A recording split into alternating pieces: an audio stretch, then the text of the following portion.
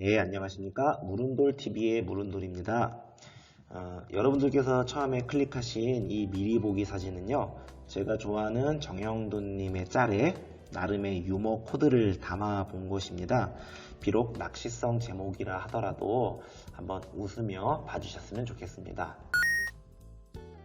그럼 오늘의 주제인 믿음에 관한 작은 생각에 대해서 이야기 나눠보겠습니다. 인터넷을 하다가 봤던 어느 댓글인데요. 믿음이 있다면 두려울 이유가 없습니다. 어떻게 생각하시나요? 새삼 궁금증이 들어가지고 믿음에 대해서 한번 찾아봤어요. 믿음, 대상의 상태나 행위가 꼭 그러할 것이라고 여기는 것이라고 합니다. 이 말에 대입해서 처음 그 댓글을 살펴보면요. 대상의 상태나 행위가 꼭 그러할 것이라고 여긴다면 두려울 이유가 없다가 되겠지요. 이 말에 동의하십니까? 예, 저는 동의하거든요. 인간은 이 알고자 하는 욕구가 있고 그 알고자 하는 욕구에는 믿음이 필요하다고 생각하거든요. 예를 들어서 이렇게 우리 인간은 자연 혹은 우주의 어떤 생성 원리, 돌아가는 규칙에 대해서 궁금해 했었죠. 그래서 인간은 인간의 눈, 인간의 시각, 시야로 관찰하면서 실험하면서 이렇게 파악을 해왔었고, 이 말은 곧 삶의 축적 과정에서는 우리 인간끼리 서로 공유하는 옳다라는 개념이 있겠죠. 그러한 믿음들이 전제되어 있기 때문에 그 믿음이 공고하기만 하다면 그만큼 두려움도 사라질 거라고 생각을 합니다. 당구 선수 쿠드롱인데요. 당구를 기가 막히게 잘 치는 선수입니다. 그가 당구 치는 모습을 보면 나와는 완전히 다른 논리로 공을 바라보는 것 같은 그런 기분이 듭니다. 마치 외계인의 뇌와 언어로 이런 구체적인 득점 방법을 생각하는 것처럼 보입니다.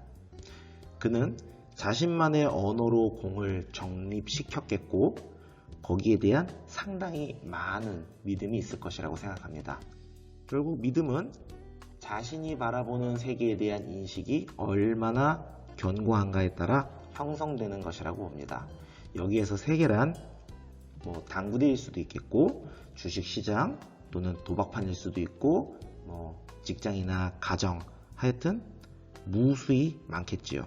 그리고 이러한 각각 세계에 대해서 우리는 서로 다른 알미 요구가 될 수 있습니다. 플라톤 동굴의 비유 그림을 가지고 와봤는데요. 우리 보통 사람들은 이 동굴 속에서 그림자를 보며 이것이 진짜다라고 생각을 하는 그런 어리석은 자라는 거지요. 그리고 동굴 밖에서 진리를 찾은 자, 플라톤에 따르면 이데아를 찾은 자에 해당되겠는데요.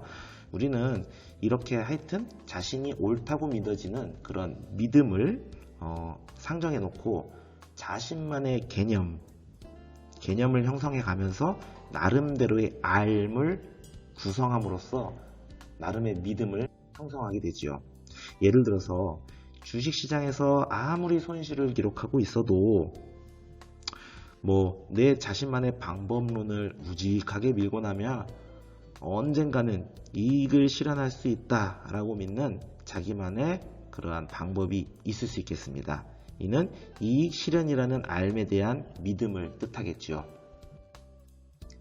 또는 질병으로 아무리 고통을 받아도 신은 내 아픔에 공감하고 병을 낫게 해주실 거야 라고 하면서 병원에 가는 대신 기도를 드리는 행위 역시 신에 대한 알미 그만큼 깊을 수 있겠다는 뜻입니다. 참고로 여러분들이 보고 계시는 이 아나키라는 것은 신에 대한 믿음과는 좀 별개의 내용인데요. 역시 이 약에 대한 믿음 혹은 불신에 대한 내용이 있기 때문에 가지고 와봤습니다.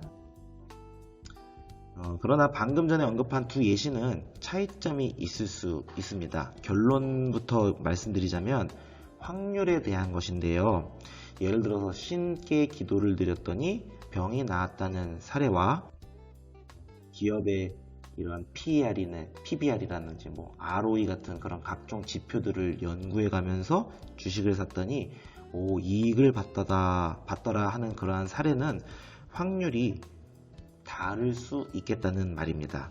물론 한두 번은 기도를 드렸더니 병이 나을 수도 있겠죠. 그래서 심지어 확률도 높을 수도 있겠습니다.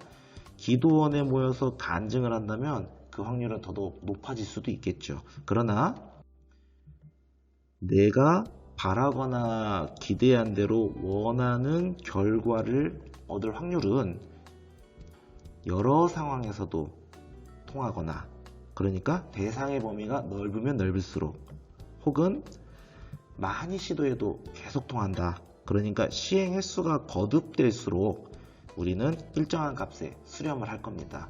이 확률이 높다면 우리는 견고한 믿음을 가질 수 있겠죠. 결국 높은 확률로 내가 바라는 어떤 결과가 얻어질 때 우리는 그만큼 더 견고한 믿음을 갖게 될 겁니다. 그런데 한 가지, 우리 인간은 생존 편향 같은 그런 비합리적인 사고 아니면 감정에 기반한 선택을 많이 하기 때문에 확률이 높다고 해서 무조건 믿음이 공고해지는 것은 아니기도 합니다.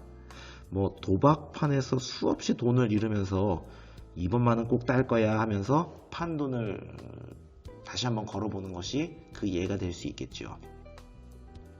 요약하자면 이러합니다. 믿음은 알을 통해서 대상의 상태나 행위가 나의 기대에 꼭 들어맞을 것이라고 여기는 것이고, 이러한 믿음은 일반적으로 높은 확률에 의해서 그 믿음이 공고해진다고 할 수는 있겠지만 도박과 같이 반드시 그렇지 않은 경우도 있다는 말이겠습니다.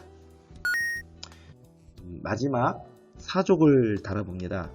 견고한 암과 믿음은 결코 만날 수 없다고 생각합니다. 마치 0.9999999는 1과 다르다는 것처럼요. 수학적으로는 같긴 하지만 표현이 그렇습니다. 믿음의 다른 말은 오를 타고 믿어지는 그런 이데아라고도 볼 수 있기 때문이거든요. 믿는다는 것은 완전히 옳음이라고 하는, 옳음 그 자체를 표현하는 것이니까요.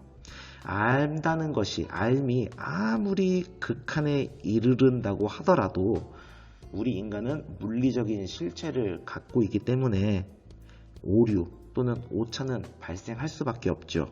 그래서 우리 인간이 신이 아닌 이상 믿음은 사라지지 않을 것이라고 생각합니다. 반대로 말하자면 우리 인간이 곧 신이라고 자칭을 할 때 믿음은 사라지게 될 거라고도 생각을 합니다. 여기에서 짧은 제 생각을 마치고자 합니다. 시청해 주셔서 감사합니다.